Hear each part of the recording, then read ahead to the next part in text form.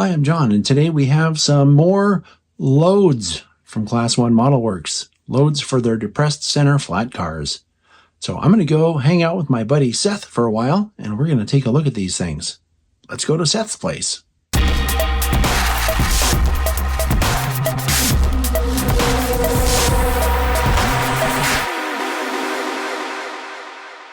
All right, so here's what we're looking at today. I've made it over to Seth's place, and thanks for doing this again, Seth. Always happy to help. Cool, right? So we have two loads here, and the one on the left is the circuit breaker, and the one on the right is actually a combination of stuff. It's the oval transformer with all the additional parts, and we're going to look at each one of these in more depth.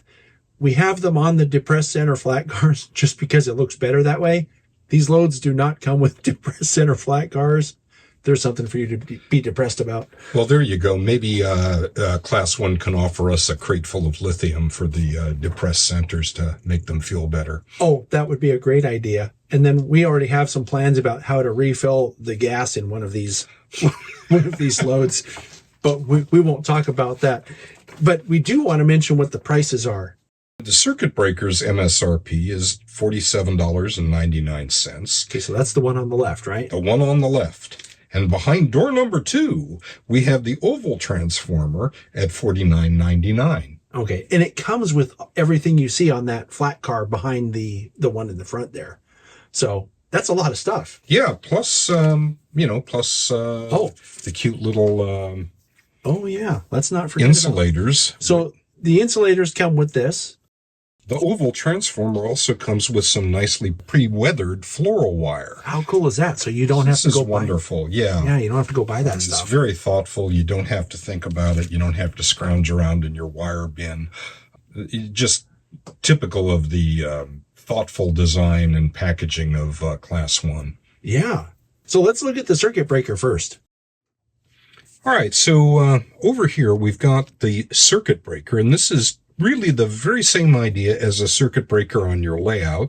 If you have a fault or a short or a lightning strike or whatever on one branch of your distribution network, you don't want it to take everything out. So these circuit breakers are designed to protect the rest of the network by just shutting down the offending section. And as you can see, the base of it is, big heavy thing, and it is perfect load for the depressed center flat car. Yeah, it's just the right size, isn't it? Yeah. Now, what it doesn't have when you ship it are the, thank you. John is playing Vanna. Here's the, here. I'm sure you can't see it because it's too zoomed up. These are insulators. These are the insulators, right? And they would be mounted later. Now, interestingly, there was a great discussion in NMRA magazine, our friends at NMRA, and Dave Voss, who's a very fine modeler from the Twin Cities area, worked in the power industry, and he wrote a very nice commentary on this discussion of transformers. And his point was, these insulators are very fragile and very expensive, so they would be shipped packed up in crates and not on the car as the car's being shipped. One, because of the weight of these things. Secondly, because they're very fragile.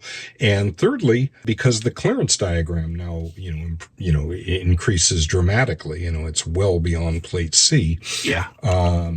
So you would probably either use these installed as part of a stationary display, a diorama around a transformer supplier like I have on my layout, or as part of a substation or a power plant.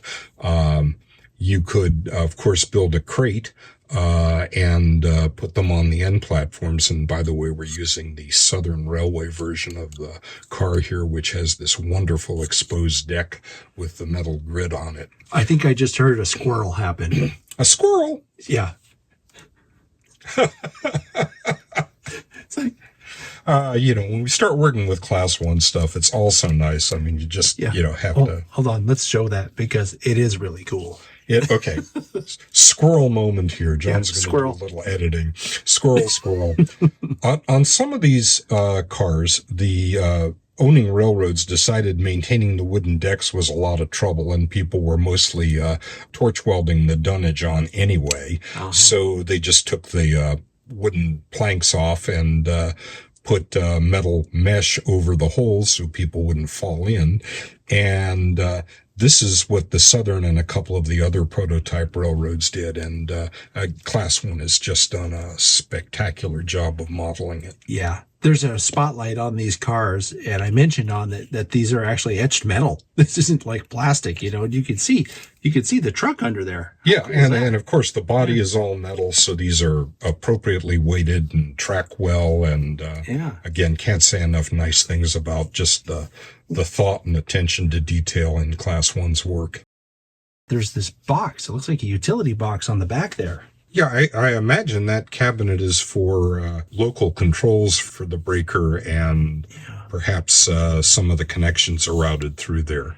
It's funny, when I see models like this, I just kind of see the model, and then I look closer like this, and I start noticing things like these little conduits. That didn't have to be there, but there it is, and it looks good. Well, again, these guys are very, very good at that.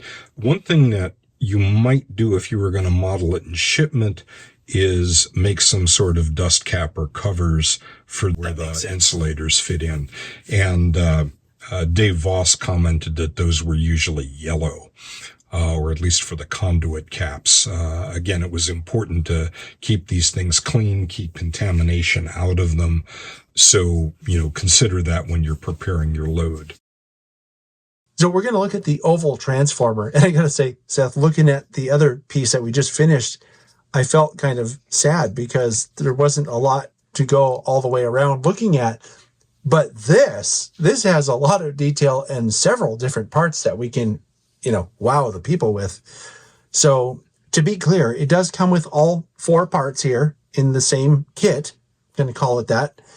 And these crate assemblies to me look really cool. I mean, that's something that I would expect normally you'd have to scratch build, but there they are. Or they would be, in the past we had fairly crude resin blobs, but these are real parts made up from, multiple sub-assemblies. So there's the crate, and then within each of the 2 large ones are the cooling grids. And, again, going back to Dave Voss, they contain transformer oil, and the oil is pumped through these grids as radiators, and there probably would ultimately be fans where they are located.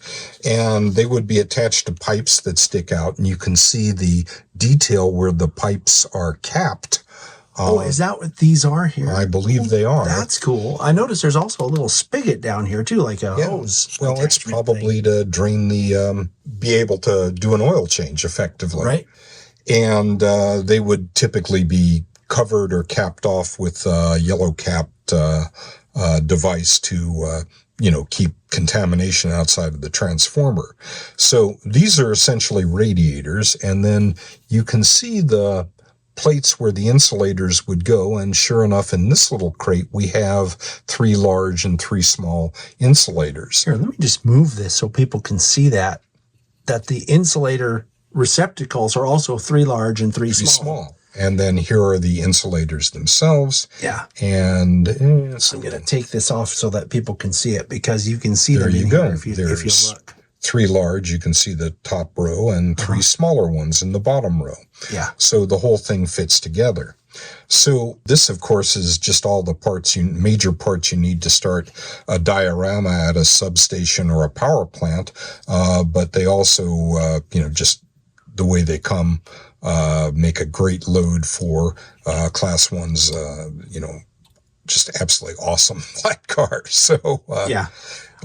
I really like how Class 1 is supporting their prior releases so well, because they've come out with a lot of loads for these depressed center flat cars, and I appreciate that. Yeah, I think so. I mean, most of us probably look at these loads and go, well, I probably could scratch build that, but the next thing you know, it's a 30-hour project, and we may have other priorities on our railroad, whereas these are... wow, they're just awesome out of the box, and all they really need is a very small amount of weathering, because in general they're brand new, having just left the factory, and even the prime coat is a fairly respectable industrial color, so you might not even feel you need to paint them. I put the dunnage back on here just to reiterate that it does come with the floral wire, so that when you attach this to the flat car, you can use this to tie it down, right? Or to simulate tie downs. And then I figured, really, Seth, we can just kind of turn this thing around because it kind of looks the same on both sides.